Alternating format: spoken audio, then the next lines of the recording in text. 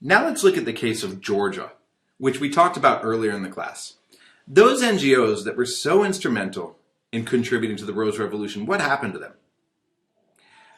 Leaders of the Rose Revolution, both on the political side and from NGO civil society organizations, were understandably euphoric after their victory in 2003. They had finally, after about a decade of trying on and off, several years, they had finally pushed this increasingly authoritarian leader out of power in a region where authoritarian leaderships tend to be the rule of thumb. Very quickly, President Mikhail Saakashvili, who came from the opposition movement and was the leader of the opposition political party coalition, brought into the government, his new government, a large number of NGO leaders. Some went into senior positions, into places like the prosecutor's office, the Supreme Court, the Environmental Ministry, the Defense Ministry, as well as the Presidential Bureau, the presidential office. Why? Well, NGOs, remember, housed the Western educated. They spoke English. They were savvy. And critically, they had proven mobilizing capabilities.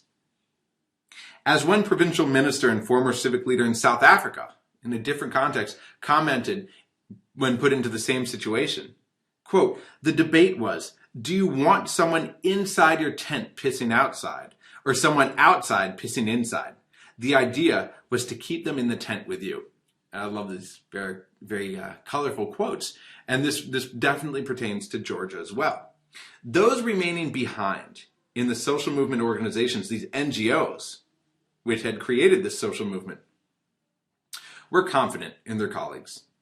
And this made them patient, even in the face of early moves that they felt were not in line with the goals that their movement had fought for, such as an early extension of the new president's powers. One of the first things that President Saakashvili did is he extended the powers of the presidency.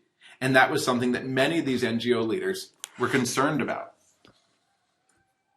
Still, they waited. Quote, "At the beginning, our agenda, like the strategy of many other NGOs," said one, "was let's give some time to the new government. Let's not start criticizing them right away." Another one added, "I think it was a kind of grace period." This one actually was someone who was in the NGO community still a few years after the Rose Revolution when I was talking to him, but about a year after I left, after my interviews, he also went into the government. Now, a lot of this was based on this faith. This patience was based on this faith that they had in their colleagues, who they had known so well. And of course, this was based on these long relationships and this feeling of everything is possible that comes with a social movement's victory. It goes back to identity. One NGO leader summed up the sentiment like this: we were all friends. Come on, let's go get involved in politics. We'll be founders, just like Jefferson, who established the new America. We had the chance to realize everything that we wanted to. Some of this patience was also based on the fact that this country had been so driven into the ground by the old regime. It was understood that governing here wasn't going to be simple, that there was no quick fix to all of the problems.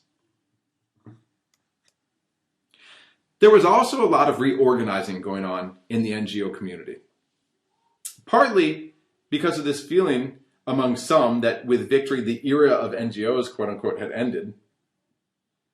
They felt like they had to transform their organizations. It was time that legitimate elected leaders took over, a lot of them thought. Certainly the time of contentious politics, going into the streets and protesting, had passed. NGOs had to reconsider their objectives and their patterns of action. In part, all this was partly because of the transition paradigm. That massive Western funding that had supported Georgian NGOs for more than a decade was now being redirected to support ostensibly now democratic state institutions. One U.S. government official told me, quote, "This was a new world. The priority should be focused on supporting the government." So classic transition paradigm shift. And finally, the reorganization of the NGO community was a reflection of the fact that so many leaders had left for the state, with a feeling that they could do more in government than outside it. And this left the organizations trying to replace leaders with those further down the totem pole, or new people altogether. For example, the influential Georgian Young Lawyers Association, which I mentioned in earlier lectures, lost about 10% of its staff to the state, the most senior people, for the most part, in the first year after the revolution.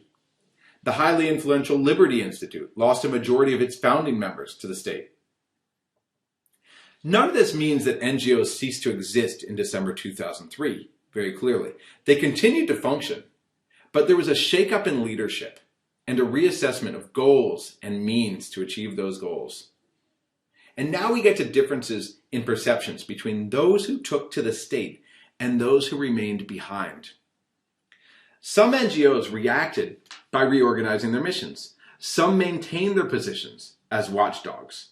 Watchdogs are those charged primarily with publicly pressing the government for political liberalization, human rights, those sorts of things. But other organizations took on the role of what we call service providers, providing technical assistance to the government.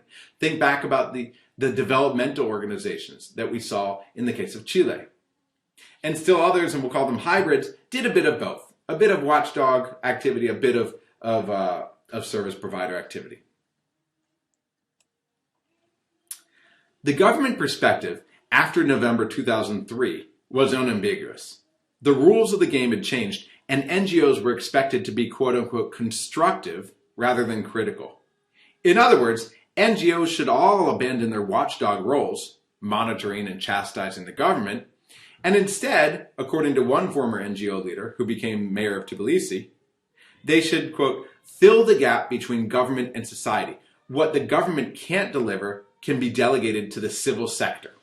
In other words, they should all become these service providers.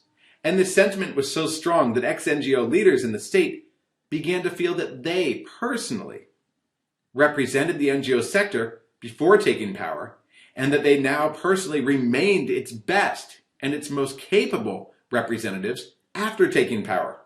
In other words, you didn't need NGOs anymore, since the NGO leaders had not gone to the state and they were now making the rules and the laws in the new state.